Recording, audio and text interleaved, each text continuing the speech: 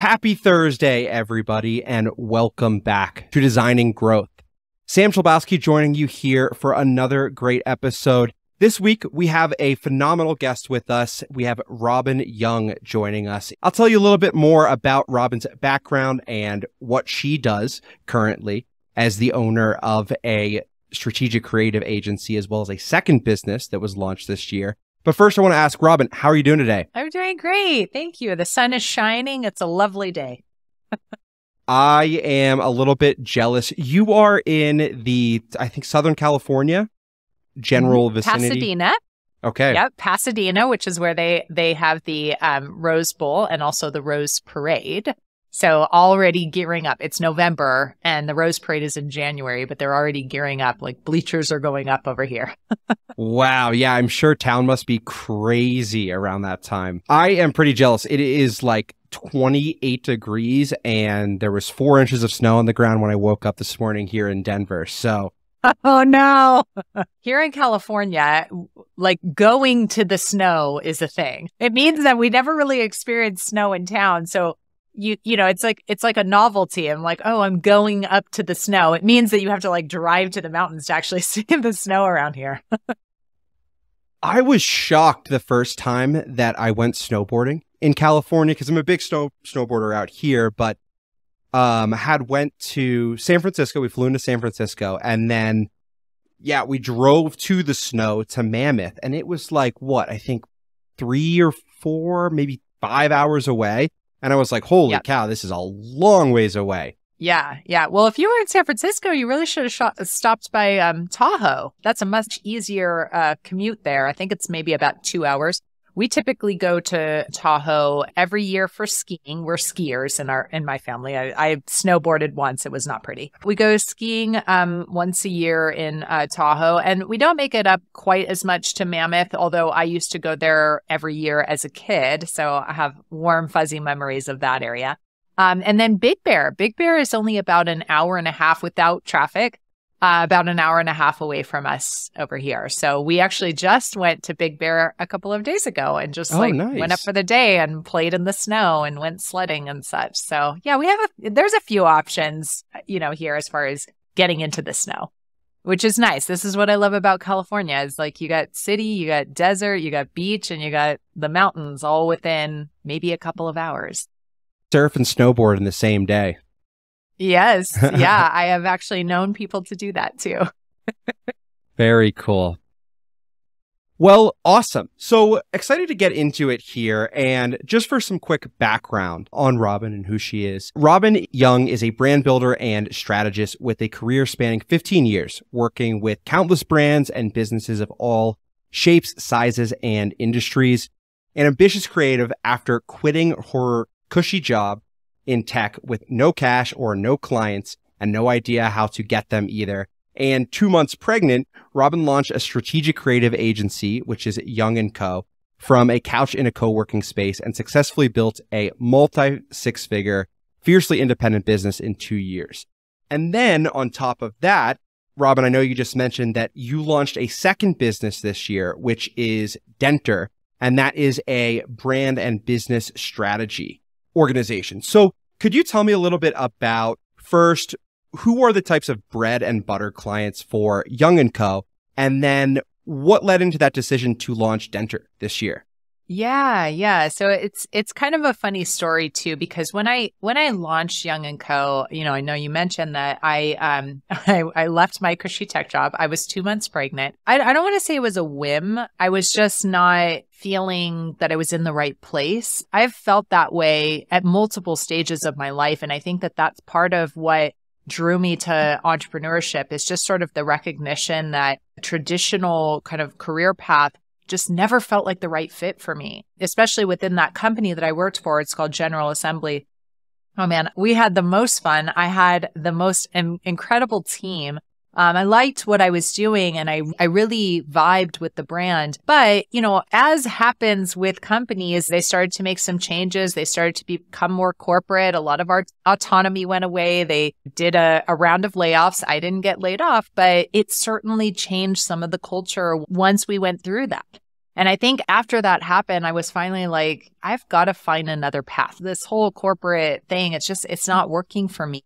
What could my next thing be? I had worked in branding and marketing in different facets, actually coming up in editorial, but then switching to digital media and owned media and working on social content and branded content for influencers and brands, as well as time spent even just creating imagery and being a stylist on set. I've always had something of a creative professional's life, right? Sort of jumping from lily pad to lily pad. And then I got serious, working for UCLA and General Assembly, just trying to find my place, as you do in your 20s.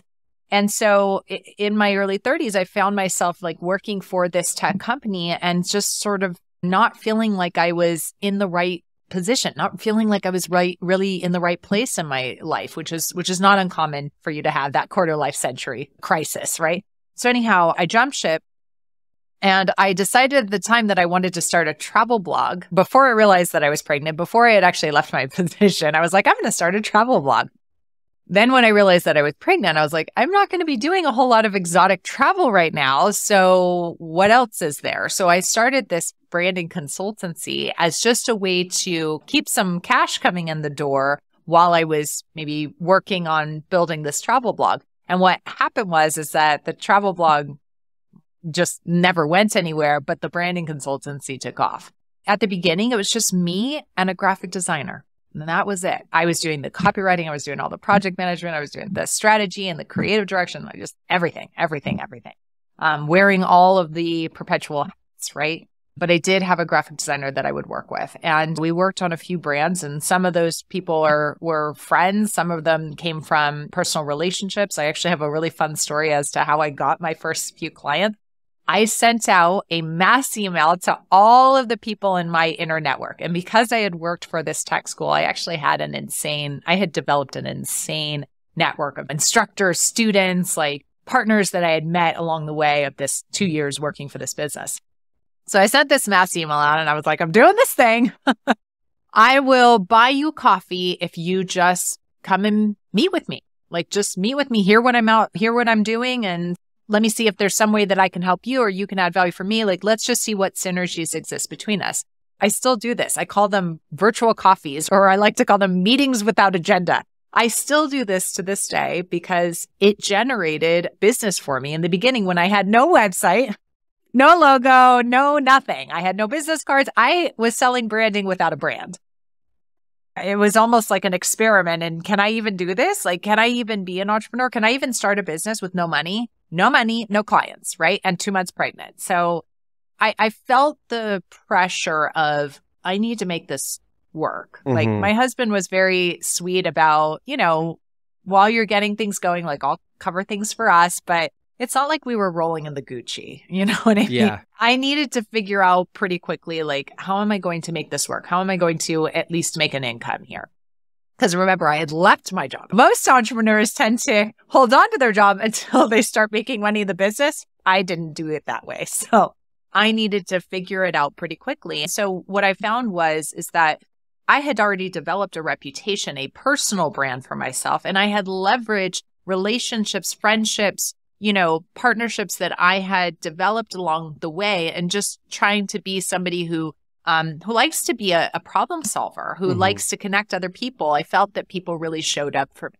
So I signed those first few clients just by scheduling those virtual coffees with people. So for those of you that are listening, that are interested in how do you do it at the beginning? Like if you don't already come in with that pipeline, that network, that Rolodex of clients already, ready to hire you, how do you do it? That's how I did it. I plugged into my personal network. Thank God, I had provided value to these folks ahead of time, and they felt the need to pay it forward to me. So, and I love hearing that strategy and understanding how you did it and then seeing it works, because things like cold email outreach, getting down in the trenches and just doing anything you can to grow is like that necessary hurdle that I think every business owner, every founder has to overcome. And it's something that we have done a lot of, specifically cold email outreach, and just saying, hey, would you be willing to look at this product that we're developing? Or would you let us interview you about your process for working with clients. And I know, you were kind enough to let me show you around Motion.io a little bit, but it's amazing for me to see firsthand how willing people can sometimes be to respond to things like that because somebody else has helped them. And then I've been on the other side already where somebody's like, hey, I'm developing this new product. I saw you were in the SaaS space. Could you give me 15, 20 minutes of your time? And I'm like, yes, absolutely. People did this for me. It's time to return the favor. So I love that. Yeah. Yeah. So coming back to your original question, Young & Co. was never intended to be for any sort of specific audience. But I think over the, 6 years now that we've just celebrated our 6-year anniversary, thank you. Over the 6 years that we've been in business now, I think we've gotten to a point where, I think we have a much better sense of, and we strive to attract an audience that has a certain mindset rather than a certain vertical or industry. Now, that said, bread and butter, we tend to work a lot more with sort of B2C clients, although we've worked with some B2B as well. We've worked with small, we've worked with big, we've worked with 2 guys in a garage, and then we've also worked with a 90-year-old company with 1,000+ employees. So we're across the board as far as life stage, whether they're branding for the first time or they're rebranding, and even in verticals. I mean, we've worked in some tech, some education, kids brands, fashion, CPG, beauty, across the board. Mm-hmm. But the difference for me is that this needs to be a company that is actually genuinely interested in creating a brand that has some soul to it, that wants that 360 brand development. So we never take on clients that are just looking for a logo. Listen, I get it, but that's just not our customer. We're not a design shop. There are plenty of fabulous design shops out there that do beautiful work, but I will tell you that it's actually a lot simpler to just do beautiful work. And that doesn't really that's sort of the entry point for your brand. Just because you have a beautiful brand doesn't mean that you have a brand that actually feels authentic to you or that has something to say. So the difference for us is that we work with clients that are actually interested in projecting a strong point of view, something that's different, something that differentiates them within their industry. And more than that they want to actually make an impact.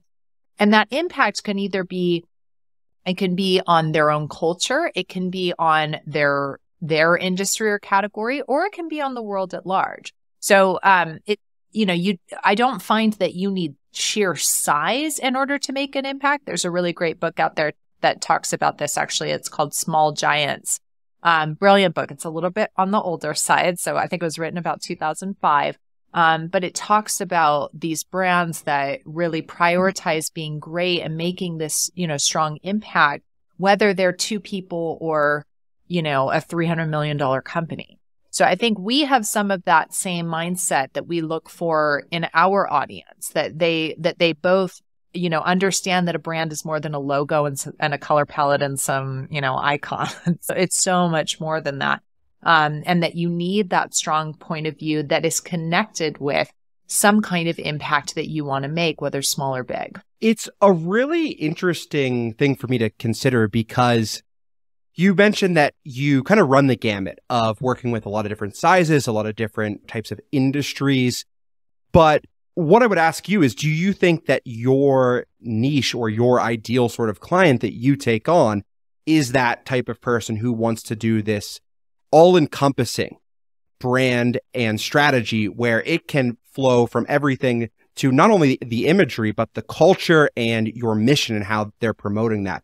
Would you say that's kind of how you would categorize the types of clients that you work with? Yeah, on both companies. So actually, I felt like that clarity came to me only once I developed that second company. Like when I really looked back at the types of brands that we worked with on Young & Co., I was like, what do they all have in common? Because we've been across the board as far as industry goes.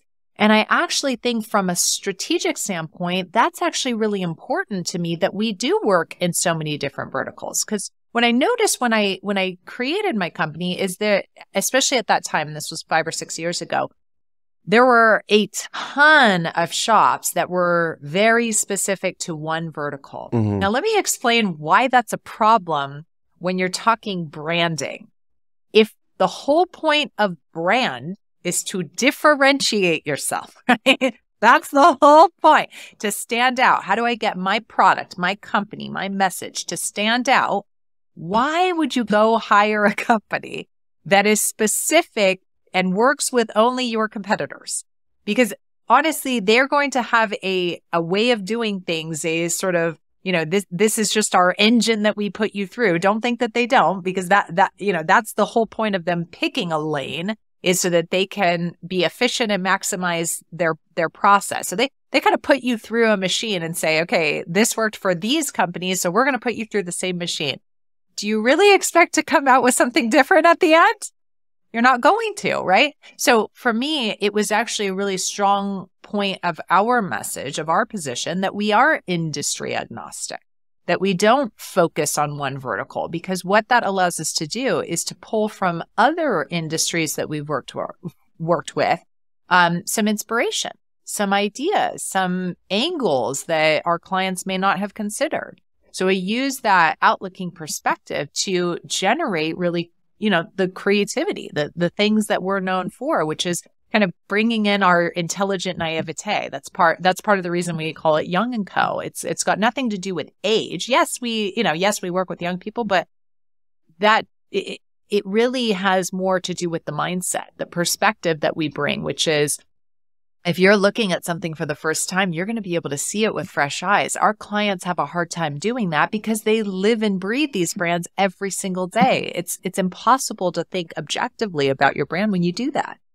So I think that absolutely we can serve that customer base that's looking for a more robust brand.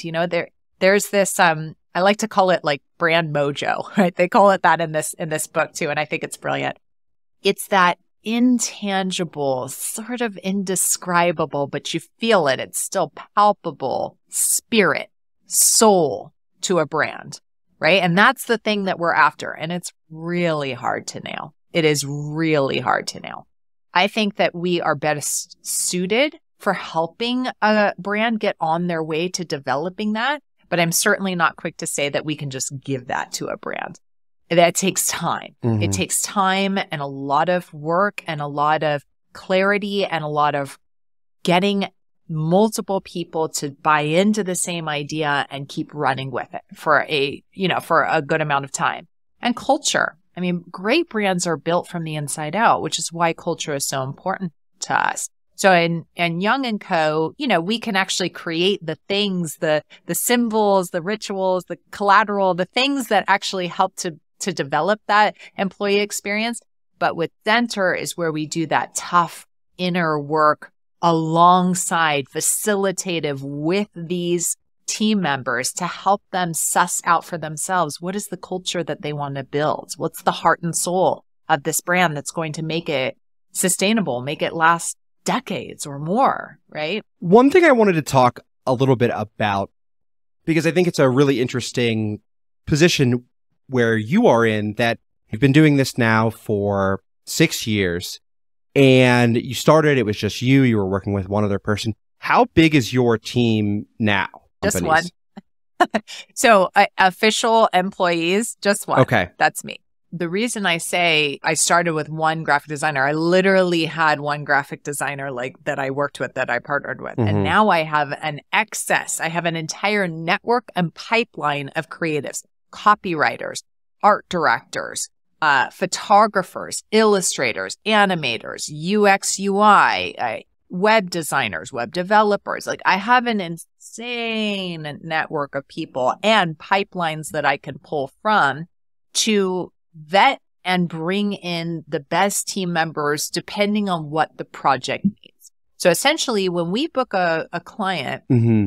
we put together a bespoke team that will help us to execute that brand. The nice part about that is that, yes, it's kept us agile, which has allowed us the flexibility to work with only the companies that we know are going to align with that mindset, that align with those goals of what we want to accomplish with the brands that we work with. But also because we're project to project, it's not ongoing. It has allowed us to still stay in business even when things have gotten tricky, like during the pandemic. Mm-hmm. Right? So to be honest, I think that this is a new way of working. When I looked at the traditional agency structure, these agencies, they work with only a couple of big brands. And when those brands, inevitably leave, like this isn't like the 60s where, brands would stay with agencies for 10, 20 years plus.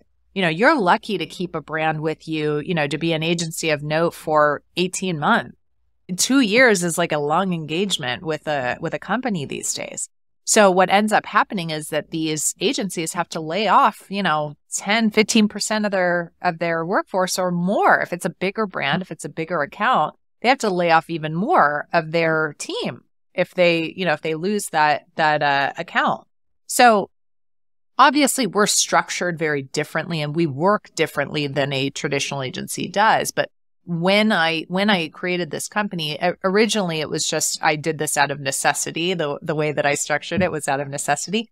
Now I see it as an added value. And really, frankly, I think it's just an innovative structure, because the nice part is that the creatives love it. It's almost like they're running their own little companies and they work on the projects that they really care about and they want to be involved in and don't on the ones that they don't. They're incentivized to work more efficiently and better because they know that if they don't do great work, that I'm not going to call them again. So there's an incentive built in there. And then also I think that there's a level of freedom. I think that this is the other reason that I really wanted to start my own thing is I simply wanted to create the kind of environment, even if at the time it was just for myself, where I could have a little bit of creative carte blanche, where I could have the freedom of my time, the freedom of my space, the freedom to work when and where I wanted. And this was before the Great Resignation, about a good 4 years before this became a trend, we were already doing this. So I feel like, especially in Los Angeles, you find a lot of creatives who want that same thing. And why should I deny them that? I wanted that. So it just sort of made sense to build it that way. And then once we built it that way and it worked for us, decided to just keep it that way. And until it doesn't work for us, it'll be the way that we're structured. You sharing the model for your business and this sort of new progressive agency type model where you are working with other freelancers, contractors, bringing them on for select projects. It honestly has my head like buzzing right now because I just realized I have spoken with probably a dozen other businesses who have this model, but I haven't put it into words or fully like realized how impactful it is and the implications for advertising, marketing, design industry at large. I went to school for advertising at the University of Colorado Boulder and did internships, have some friends who work at Crispin Porter, who work at Wyden Kennedy. And what you had said was like light bulb went off. Those agencies, and I've heard some firsthand experiences from my friends that I've talked to, they lose one big client and it's like the next day there is 100 people cut because that agency is so tied to that client and the people are tied to that project that like at any second, it's a risk that they could be gone the next day. So I could see why the model that you've adopted works better for you, but also better for the people who are working with you, who want to be able to have that work flexibility, to not be tied to one project and think that everything that they're doing is on the chopping block right now. It's really, really interesting to hear it firsthand and hear how you break it down. And listen, I'm not blind to the challenges that we have either. I don't think that there's any one perfect system. This is what works for us. I would say that a lot of these more traditional agencies, bigger agencies, they bring team members on, and those team members want something a little bit more solid, secure, more of a full-time job. Now, the creatives that we work with are full-time freelancers, which means that they're accustomed to keeping a pipeline of work on their own. So they recognize that we're not giving them full-time work, and they are fine with that. They're fine with that. And that's not to say everybody, because we have absolutely worked with creatives that have also full-time jobs. And, it doesn't matter to me when they're getting the work done as long as they can get it done on time. Additionally, we would have creatives that have full-time jobs and also freelance with us. but I'd say the vast majority are full-time freelancers. So there are challenges like that. There are also challenges around pretty quickly. Our creatives have to develop a rapport with each other. You just don't have that same camaraderie that you do if you've been working with somebody for years and years and years. Now, again, I think that that is part of vetting, right? So, so I consider that part of my job is keeping that pipeline of people that I know are just great team players. They are fantastic at what they do. They love to collaborate. The other thing is that my creatives, they are part of the strategic process.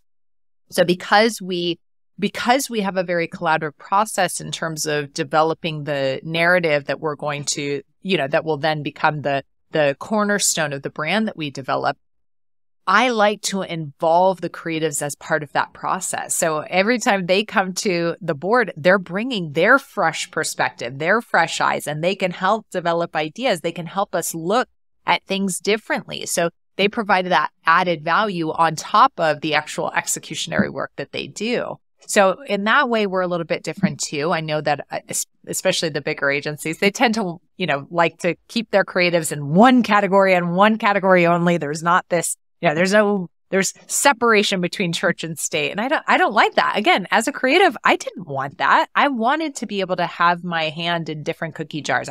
I felt that it made me better. I was a copywriter at one point. It made me a better copywriter to actually be engaged in understanding what happens in UX UI. What is my art director going to do with this copy? So the more that I dove into other disciplines, the more I realized this actually makes the work stronger when I can have a point of view, when I can give suggestions on things that aren't in my own wheelhouse.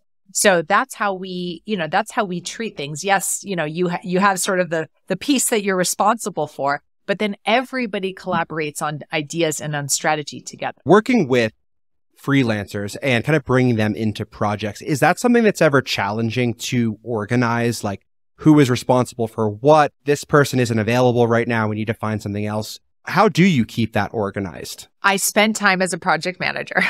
So rightfully so, I have some of those tools. We use Asana and Notion, and we are good about communication, especially because we all work remotely. So yes, my creative director she's local, but most of us are all around the country. So it's important. I think communication is key. We also use Slack. So we use Slack a lot of times for internal communication, and we have a process. We have we have our sort of key things that have just made organization and communication and, moving the project workflow through easier. So I think those best practices, I'm pretty diligent about us doing them. And from time to time, I'll have to remind a new creative, follow process. We have project managers on every project. So that helps because we have somebody that's owning that piece. That is, their entire job is just to make sure that we keep on schedule as much as we can. Not everything stays exactly on schedule, but stay on schedule as much as we can, and that the project stays organized, that our deliverables stay organized. So we are very diligent about that part. And I think, again, because we're not talking about, we are not typically at the scale or working with the kind of clients that have 200 deliverables. That's just not the scale of client that we typically work with. So I think it makes it easier because we tend to have less deliverables. We have several rounds on those deliverables, and we have to track those rounds. But when you have good workflow, when you have a good process, it does make things easier.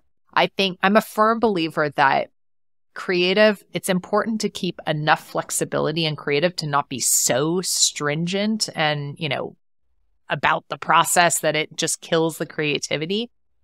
But it's good to have framework. It's good to have some best practices in place. And most importantly, it's important to have a structure and then be a little bit flexible as to how that structure might need to change for each project. Yeah, I like it. It's almost like taking a road trip where, you're on a road trip.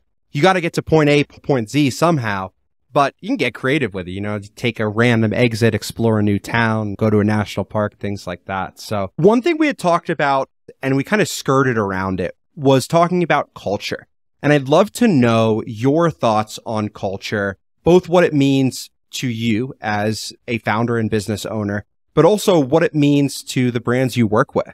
Yeah, absolutely. I think that this is super tied to Denture, the new brand. In its simplest format, it's almost as if Young & Co. works on the tangibility of the brand and Denture works on the intangible, right? And the thing is that the intangible is that mojo, that magic, that palpable sort of soul to the brand, right? Now, I'm a firm believer that the best brands are built from the inside out. So it's not just a matter of me coming in with my brilliant frameworks and all. It's not that. I wish it were. I could sell it for a lot more if that's what it was. It's about getting the right people in the room. Mm-hmm. It's about having a case for why you're rebranding in the first place, a strong case for why are you changing in the first place? You don't want just change for change's sake, right? The point is to be intentional about that change, right? Now, the thing to know about business is that business is constantly changing anyways. You have a number of different reasons why you would need to change. There's other players in the market. The technology changes, and therefore your business needs to change along with it. Maybe the market changes. Maybe the market needs change. Maybe politics even can change your market. And in some cases, it might be that the founder gets too old and, now we need a different group to shepherd the brand through. So there's a number of different reasons why a business would need to change or why things are constantly changing. But the point that we make on Denture is just that you can either sit around and let things change for you, right? Or you can be the one driving that change. You can be the one that wants to make the impact and therefore is staying ahead of the curve, right? You're being the one to actually curve and make the change, right? Being intentional about what you're changing. It's not just constantly pivoting because that's chaos, right? That's not good branding. That's just chaos. It's about aligning with what is the purpose behind what you're doing, who you are as a company. And even if that needs to evolve, if you really find that good, strong positioning, then it can last you and you can continue to tweak it just a little bit and a little bit to make it, ebb and flow with the changes. So I think the important part about developing that culture is, like I said, that case for change is huge. You have to have a reason, a rhyme and a reason, an intention behind why you want to change. You need to have the right people. You have to have the right people in the room. You need a strong process. You need to have some structure to what you're doing. You need to be open to, making those adjustments. And then important too is also you have to be able to, not only execute and implement. You have to be willing to, once we've determined what the new positioning is, you have to be willing to then go and actually make those changes and follow through on them. So there's a few important key points, but I think at the core of it is having those right people, those people that have that clear and compelling reason for being in terms of their brands. They have to agree to what is the identity, what is the purpose, what is the main goal of this brand. And it needs to be something bigger than just the products and services that you sell, because people are just not interested in it. Nobody cares about whether your company is worth 100 million or a billion or nobody cares. Maybe your shareholders do, but your customers just don't. At some point, even if you have a great product, if you don't have a great brand, then somebody who has a better product is going to take that business from you. No problem, right? No problem. So it's not to say that you don't need a good product as well. You need both. You need both. You need a brand with soul, something that's going to motivate your team, something that's going to pull in, resonate with that ideal audience. And then a product, you think of your product as almost like the follow through, especially these days, because so much of our purchasing power is online. It's different than how it was, back in the day where you'd go into a store and you'd feel a product. And at that point, maybe the attributes of the product were more important. But especially now, people are buying with their values. They're buying with what lifestyle, what emotion they want to feel. This are such an emotional decision. The more expensive they are, the more emotion there is behind it, right? That's why car companies are fantastic about branding. I could pretty much name any car company and you could pretty easily without, even if you don't really know anything about branding, you could tell me some attributes of that brand, of that car company and what they want, what they stand for, what kind of lifestyle they're projecting, right? Because the more expensive your product is, the better you have to be at the branding game. It's interesting. I mean, I can already think of the examples of catchphrases, built Ford tough, things like that. What you had shared about brand and culture, the way that I sum it up in my head, because I love your approach, and it's the first time I've really heard an in-depth explanation of this approach. Maybe it doesn't exist elsewhere. I don't know.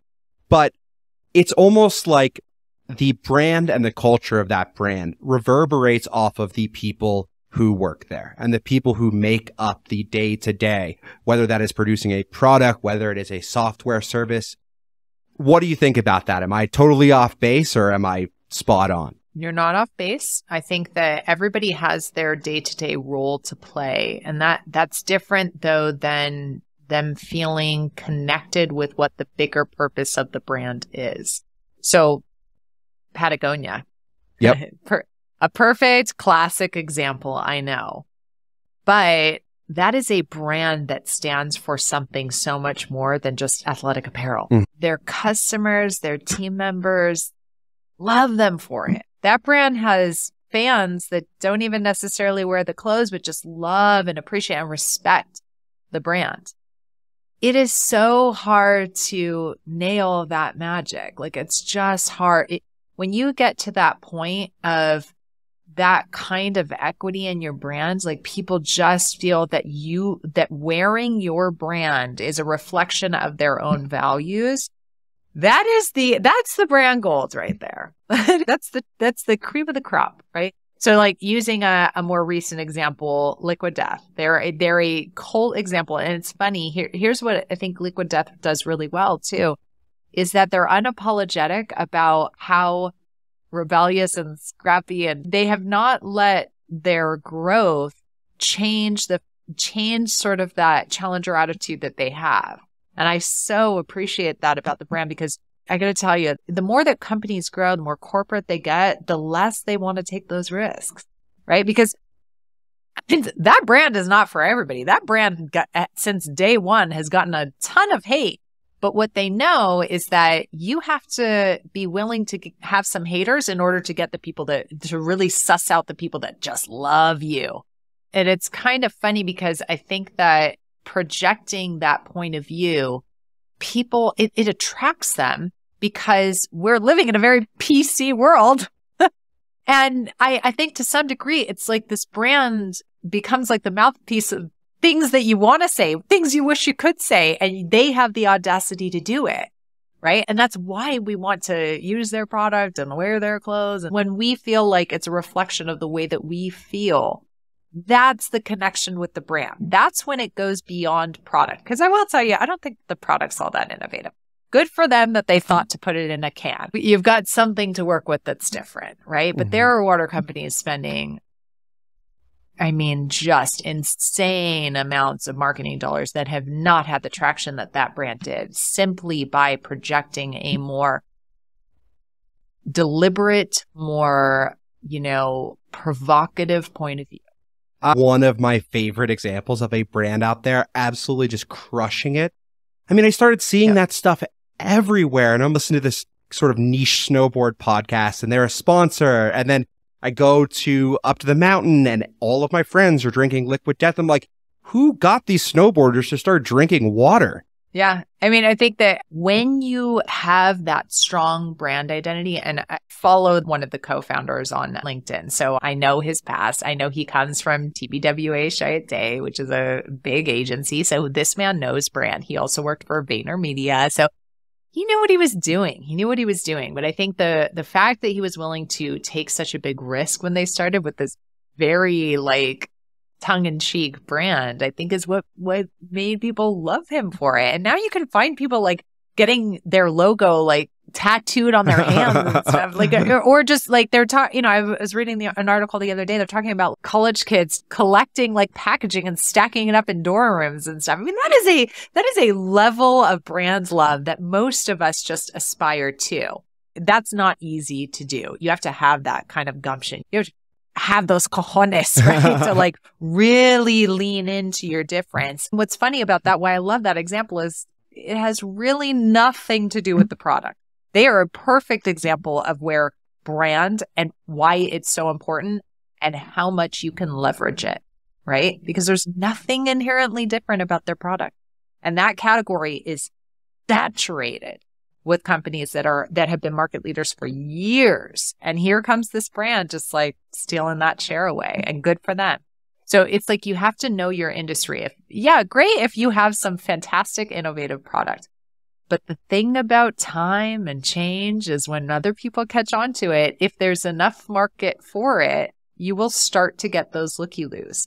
So at some point, and it's helpful to do it early on, right? Because here's the thing.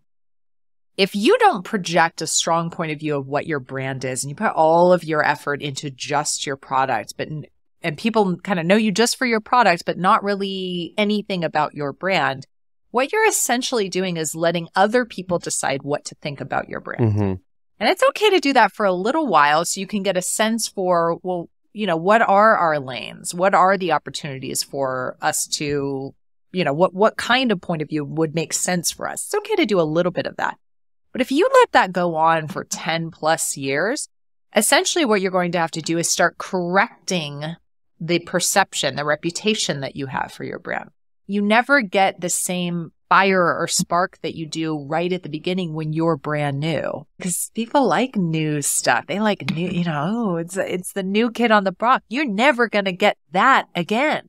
So it helps to have a plan, to have a strategy, for exactly what is it that you think is lacking in the world, in your category, and in our culture, or whatever. And how is your product a representation of what your belief is then in reverse of that problem, right? If you can nail that part of it, that's the beginnings of a strong point of view, which can then trickle down into what is your culture.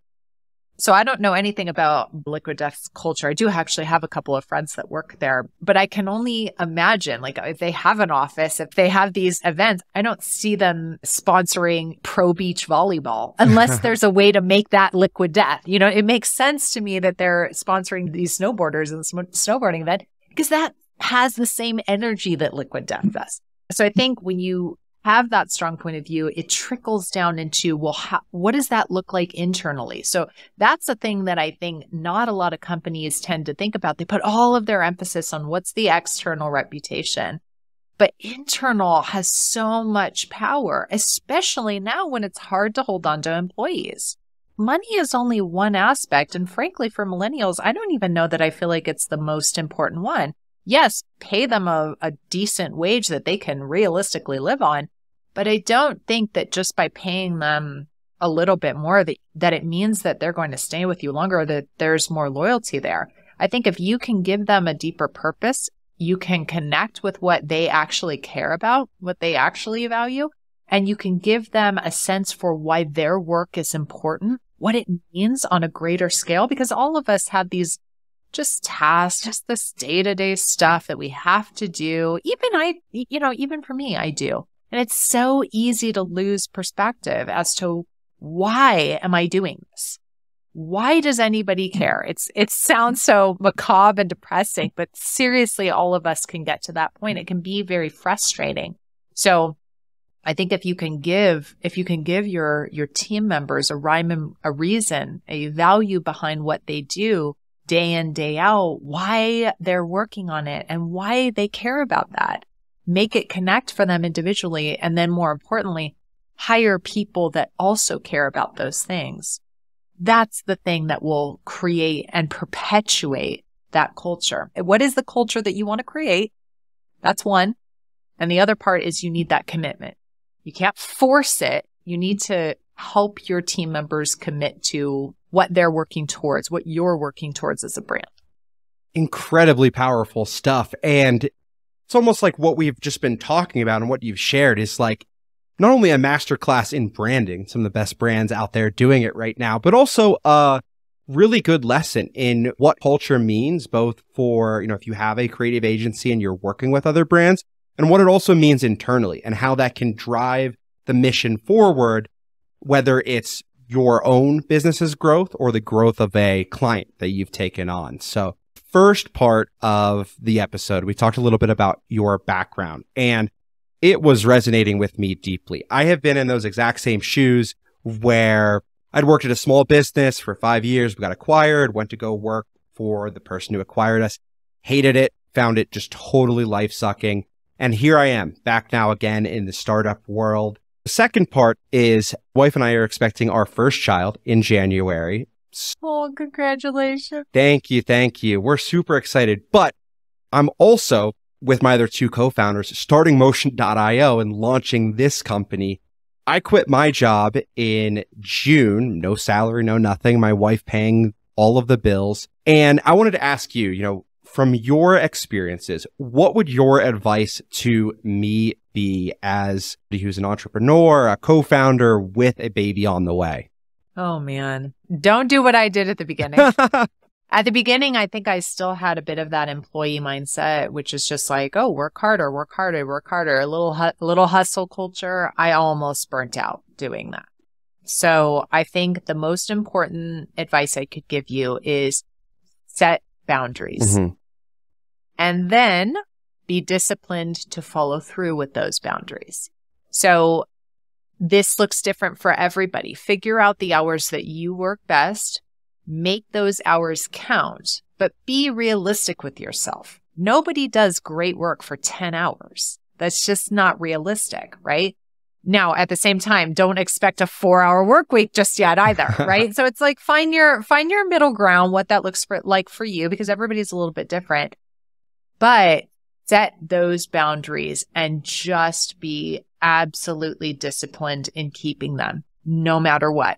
No matter what. Make everybody aware of you, your co-founders, any team members, etc., aware of those boundaries, and then continue to reinforce them. I think that more than anything else will help you once the baby comes, and even like once they, even once they get a little bit older. I mean, now my daughter's 5. She just started kindergarten this year. Amazing. And now it's there's like a level of autonomy that I had gained back. We had a lot of support from family and, my husband. I think he saw the deeper value of like allowing me the time and the space to do this. Mm-hmm. And now he's reaping some of those benefits. So good for him. But, I think that setting those boundaries for myself and learning to make it a habit to unplug. I don't work on weekends. I don't work holidays. I don't work evenings. I never bring my work home with me if I can manage not to.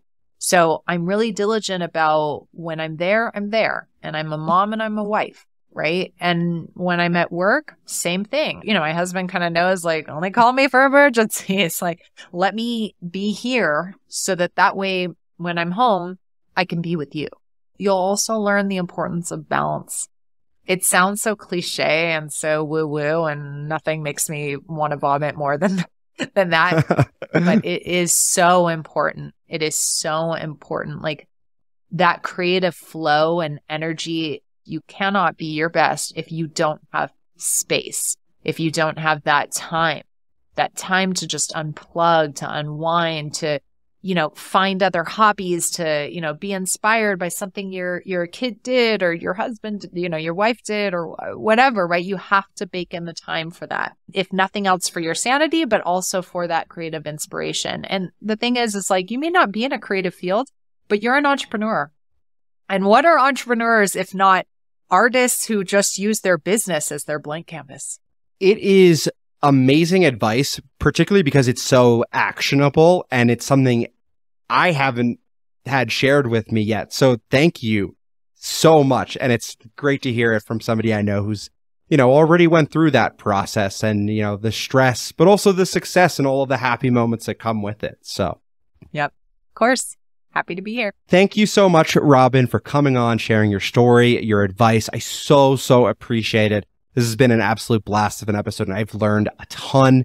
If people want to find out more about you and the work that you're doing, where should they go? Yeah, so you can go on our website, thisisyoung.co. That's .co, not .com. Also, our Instagram handles, we're at thisisyoung.co. And then also, we're on TikTok. And I think, we have all our social channels lined up, and we're considering leaving Twitter at this point, but we do have a presence on most social channels. So if you go to our website and scroll all the way to the bottom, you can find the social channels that we're located on. You can also sign up for our newsletter, which is called Yes And. It's a bi-monthly newsletter, and we give lots of fun inspiration, other brands that are doing this well, tips, prompts for how to just bring more creativity to your businesses, how to really blow away with your brand. So feel free to sign up for that too. Amazing. And we will put all of the links for all of those things in the show notes for this episode. But yeah, go ahead and check them out. I'm going to sign up for that newsletter too. I didn't know about that. That's cool. Please do. That would be great. Amazing. Well, thank you again, Robyn. This has been a phenomenal episode of Designing Growth, and see you next Thursday, everybody. Bye-bye.